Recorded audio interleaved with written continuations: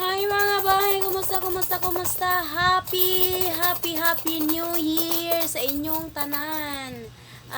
Bago ko po sisimulan ang aking balagtasan, nais ko lang pong magpasalamat sa lahat ng bumati sa aking kaarawan yung nakaraang Disyembre 25, 2019.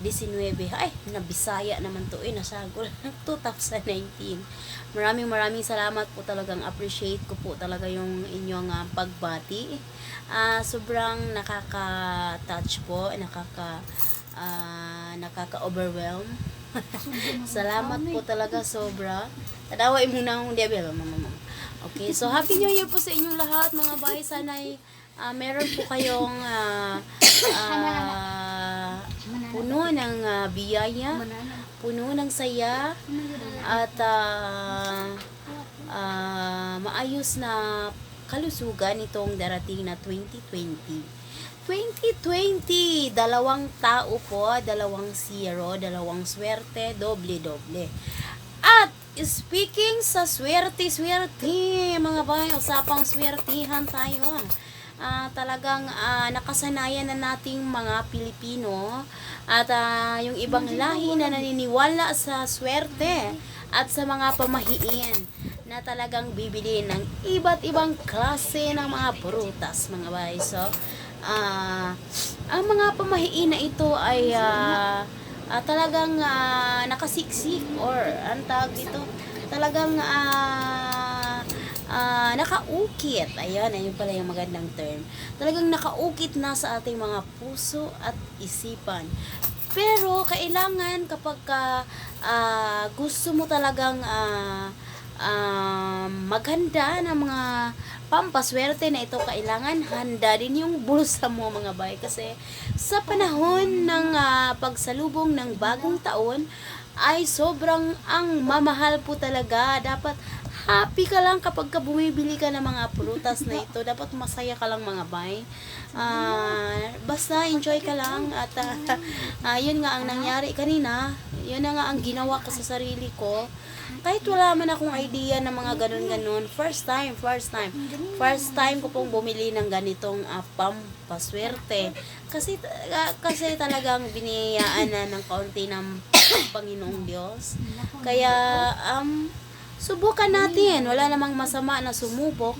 Pero syempre, hindi pa rin natin ialis sa ating sarili ang tiwala sa Diyos. Kung ano man ang magiging kapalaran natin, ipaubaya pa rin natin sa Kanya. Pero syempre, kahit ano pa man ang paniniwala natin, nakadepende pa rin yung mga bayan sa ating mga sarili kung paano tayo swertihin. Hindi kasalanan ng ating magulang na pinanganak tayong mahirap, mga bayan. Kasalanan na natin yun kung mabuhay tayo ng mayaman ng mahirap, lalo't mamatay tayo ng mahirap. Kasalanan natin yon. Malakas ang pangatawan natin, buo ang ating mga kamay at ating mga paa, maayos pa ang ating atong mga pangutok. Maayos pa ang ating yung mga pangisip natin. Saan ba? So, sa muka ni Tagalog, mahirap-hirapan tayo sa kalisod talaga, mga bay. So, ito na nga, usapang pampaswerte tayo. Ang mga pamahiin na ito po ay sinimulan po ng mga Chinese, tapos nakaukit na nga ito sa ating mga puso. Kaya sa mga nakaka-afford ng mga pampaswerte na ito, o kahit sa mga hindi naman naka-afford pero sinusubukan nila magkaroon nito, baka sakaling swertehin naman sila sa darating na bagong taon. Pero syempre, nakaano pa rin sa'yo yon, sa sarili mo, nakadepende pa rin sa sarili mo kung paano mo harapin ang lahat ng mga bagay-bagay sa mundo. Okay, basta lagi kong sinasabi, laban lang tayo, mga bay. At ito na nga yun ang ginagawa natin, sobrang mahal talaga ng mga prutas ngayon. Pero syempre, sa awa ng Panginoon, pinaghandaan ko naman ito. Hindi mo na ako nag-lipstick ng 3 linggo. Yung mga ganun, hindi mo na ako naligo ng 2 araw para i-save ko yung mga ginagamit ko yung mga ganun ba. So, anyway, anyhow, salamat sa Diyos sa lahat ng mga biyayang pinakaloob niya sa amin nitong taon na 2019 at sana itong darating na 2020 ay nandyan pa rin si biyaya at hindi kami iiwan. At higit sa lahat, salamat po sa buo ang pamilya. At masaya.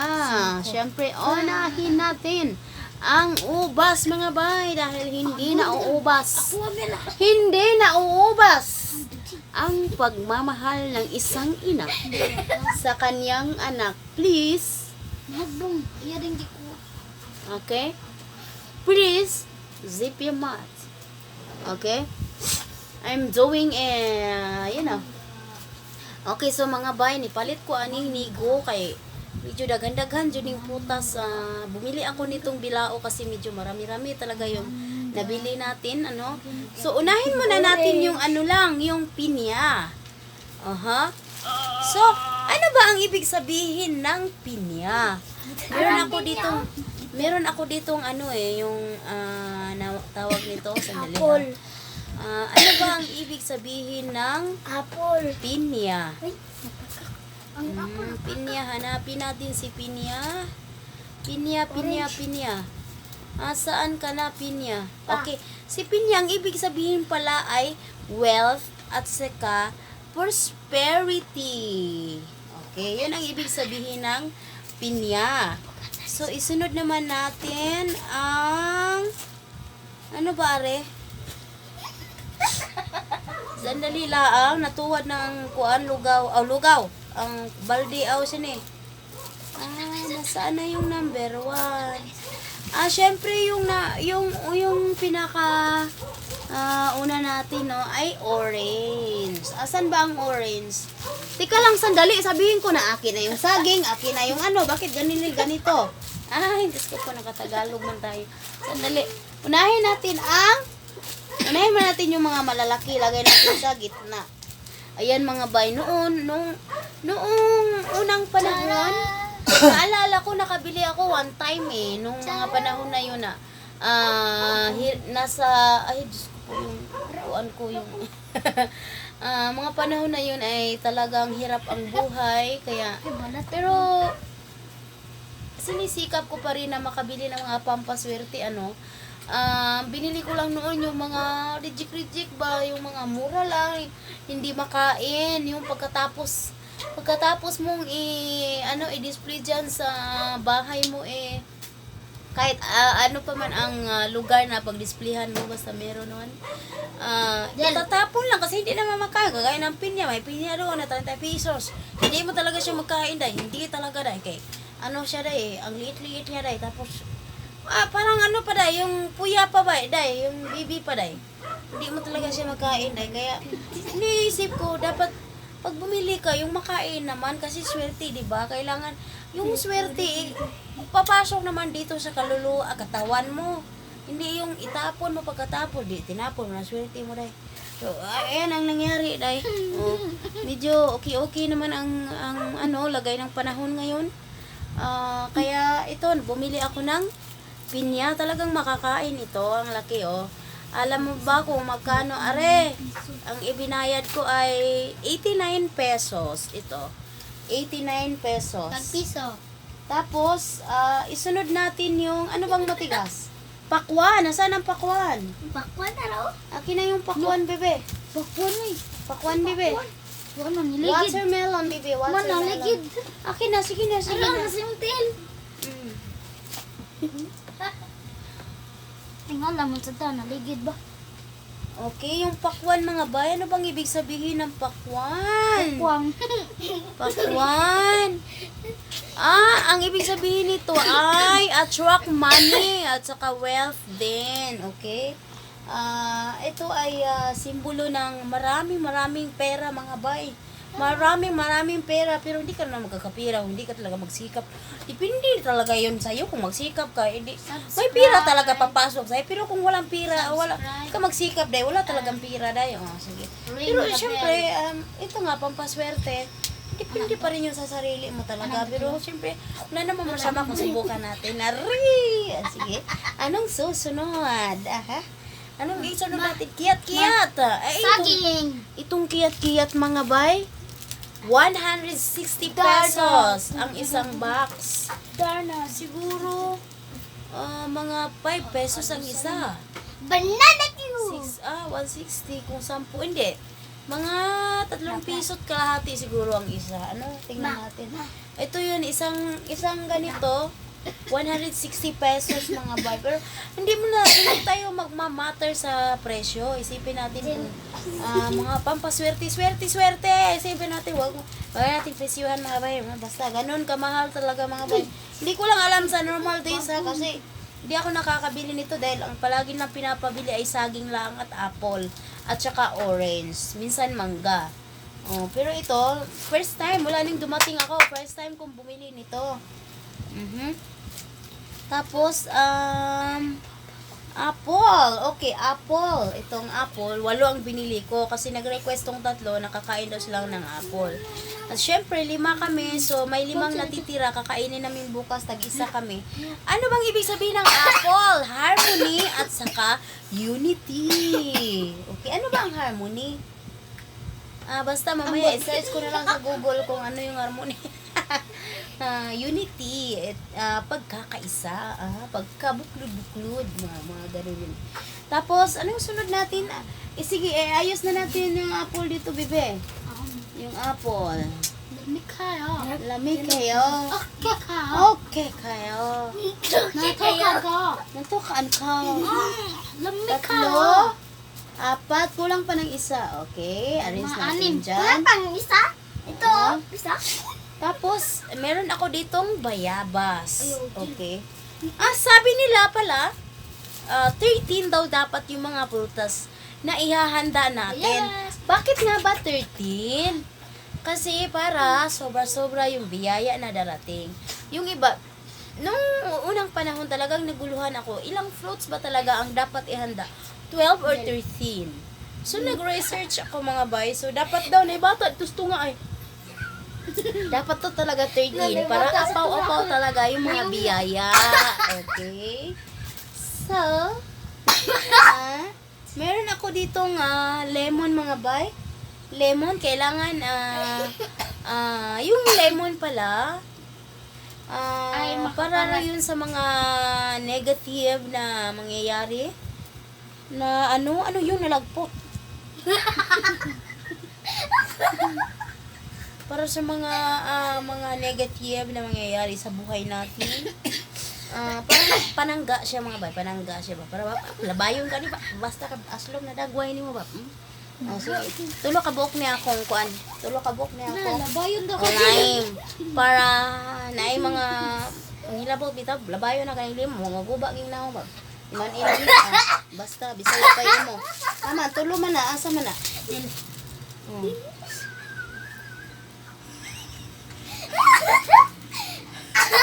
Anong sunod natin? Syempre, itong mangga. Itong mangga ay talagang ang ibig sabihin nito, Goy, kasagin. come on. Pagbihib daw mo, des daplin. Hindi lang, sige katawa. Sit properly.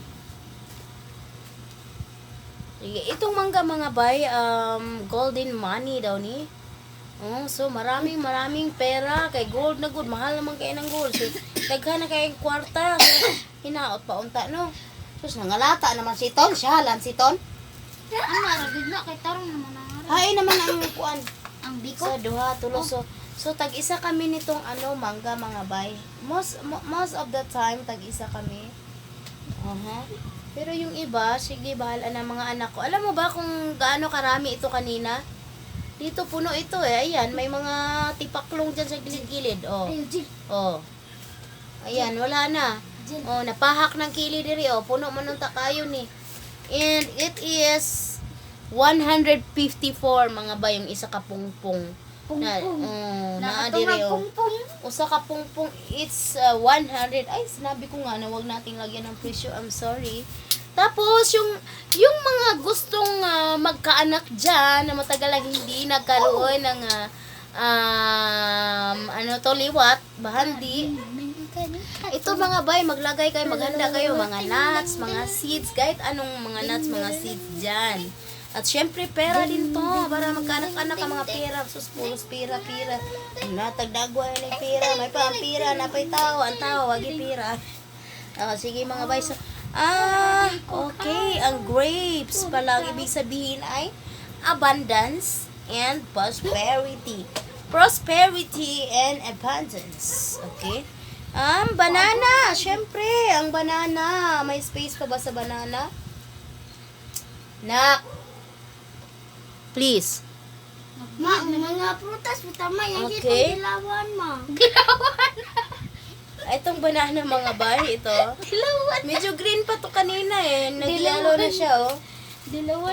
Actually, 3 times na akong nag-shooting mga bay ba? 3 times na talaga niya. Wa man masihib to ako magipangyaw-yaw. Dagto pa ako nagyaw-yaw pa ako dito pa ako sa merkado. Wag gid siya masihib mga bay. So, sayang lang ka pagyaw mo niya. Wala akong naluya in town. Okay? Okay kayo. Dilawan. Okay, ang peras, good health. Ma, Pala, ang- ibig sabihin. Pa, So, good health. ma, ang Bok. gitila. Ay, Kaon ka ni ugma bok para good health ka. Ug mga anak na ka. Okay. ang gidilawan niya Uh-huh. ba? Ay, Dayon, dragon fruit saka mangustin. ang diwalan niya Kuha ba? nila Ay, kay dilawan. miracle fruits na o mga lucky fruits na siya, mga pampaswerte Dilawan talaga ni ang Carol. kuan ang miracle o mangustin o dragon fruit. Pero grabe talaga ka miracle ang presyo mga bay. Alam niyo ba kung magkano ang kilo ng mangustin kanina pagkatanong ko? 800 ang kilo mga bay, 800. Ang usa ka buok 100 ka buok, ang usa kay dagko kay siya nga mangustin. So wa na ko nagkuan eh. Nya kining kuan giyaba no, sabana or rambutan for good life, abundance and prosperity. Sa Ma, wala paulit-ulit dito na lang yung palit abundance rambutan. and prosperity no. Wala yung rambutan dito. Ukwan, So, sandiya. What is this? Pakwan. It's not sandia, it's pakwan. Oh. Oh, dayon. Mga bay, syempre, doon ako ipalaway ninyo. Boss, okay mga bay, boss. Gagmay siya, pero boss, okay siya day. Tambok siya day, glawas day. Boss, okay siya mga kuwan. Uy, tambo. Nung ago na ko ni umapuha niya, ipalaway na sa kunin niya na. Ito, mani. Yan ako ginamos rin sa kabutilya. Ano din, orange. So mo to mga bay ha, mga pampaswerte natin ngayong taon. Ayan. Usa kanigo. Nya, meron na ako gipalit di ito sa ref. Ang bilang, yeah, give it to me. Happy New Year sa inyong tanan. Na ako gipalit sa Park Mall gahapon. Murag kadaog. Nya, mahal man kaayo siya. Lo. Mahal kayo siya and bulok na ang uban. Bulok na ang uban, so mo ni nga nagpalit di naman ni makaon ning uban ani na itambis di Napabilin. na itambis. This one is 450 pesos usa ka basket. Ayan mga bay. So kompleto ni siya. Ibang 13 fruits. Pero murag napahak na, nawala ng uban tay. Murag ikaw na sa mga kuan day, laga day. So may mga daga kasi dito day eh. Ay, na-discourage kasi ako sa ano? Mangga. Na-discourage ako sa kay Mito ba? Nung nakita ko. Uy! Ang sama ni pagkauni mo. So, kailangan kung bibili ka, ipapasok naman ang swerte sa katawan mo, ano? Hindi yung ganito ba? Hilaw man siya, puriyag-buyag. Uy, may batasan man tong Park Mall. Eh. Sa Park Mall lang ko ito gipalit. O ako kabantay sa kay Mito. Kung nakabantay pa ko, pailisan dyan ako to siya, bro. So, kabantay. Kani laging mapalita, dapat malipayon ta, di ba? So, shout out time na ta mga bay. So salamat kayo ninyong tanan ha sa inyong walay sawang pagsuporta sa akin. Sobrang salamat po talaga. Happy New Year sa inyong lahat. Hello kay Susan Agang, kay John Humigop, kay Dina Bisaya kini Day Humigop. Taas kay imong kuan day screen name day I advise you that make it two syllables only. Okay, kaya Natalia Colo, kang Rujing Obinugnis, kang Alejandrita, hello bye Alejandrita Pinoclean, kang Jeanette Dayag Bayhunan Mucha, okay, kang Desiree Balasabas, o kang Kim Yong Jae Bologna. Thank you kay mga baya. Kang Laisar Yam Giballs, kang Elizabeth Okilam Coritico, Elarcusa, hello ni mo bay. Kang Love Faith Hope, kang Franz J FRANZ SJY. Pakasuportahan daw iyahang channel mga bay. O syempre kang Madam Wakwak ang iyahang YouTube channel nga pobreng milyonarya flight attendant. Pakisuportahan daw mga bay. Salamat kayo. Kang Neovilin Jordan, kang Ma, hello ni mo daghan kay syud parang katawa. gani yung ang kwan. Ang kwan Asa naman Yang ko. buhok pa, kuwaon daw ni pa. Kang Abong Lon Rose, kang Chris Awa Drone, kang Ana Pastel Maki, kang Yak Team Kapangpangan Caballero, kang Laisar Yam, G-Boss, Ang kajibols. okay, kang Masi Tree John TV, kang Surigaynon Vlog, kang Flor Delina Montera, kang Gemini Vlog, kang ano ni? Angel. Nailin Adapes, o kang Abiday Vlog ng Hong Kong. Hello ninyo mga bay. Okay, isa pa ni? Kang okay, humana mo ko nabasa naman ni nako. Kang Ayla katugo na kay ko ay. Kang Shirley, kang Ning, ikaw na po, karon na ning ginianhi akong katulgon bok. Ana Pastel Magi, kang Christina Putin, hello ninyong tanan. So, dinhi na lang kukutob mga bay, daghang kayong salamat. Next time na po ng atong shout out portion. Kang kinsa? Marisa. Happy birthday daw kang Ate Marisa Kilat, ugma puhon no? Ha? Ugma pohon, December 31. O syempre kang Mama Rosie John. Happy birthday, happy birthday. Salamat kayo sa mga advices, sa mga tambag no. Thank you kay Mama Rosie. O Happy New Year! Daghang salamat. Bye!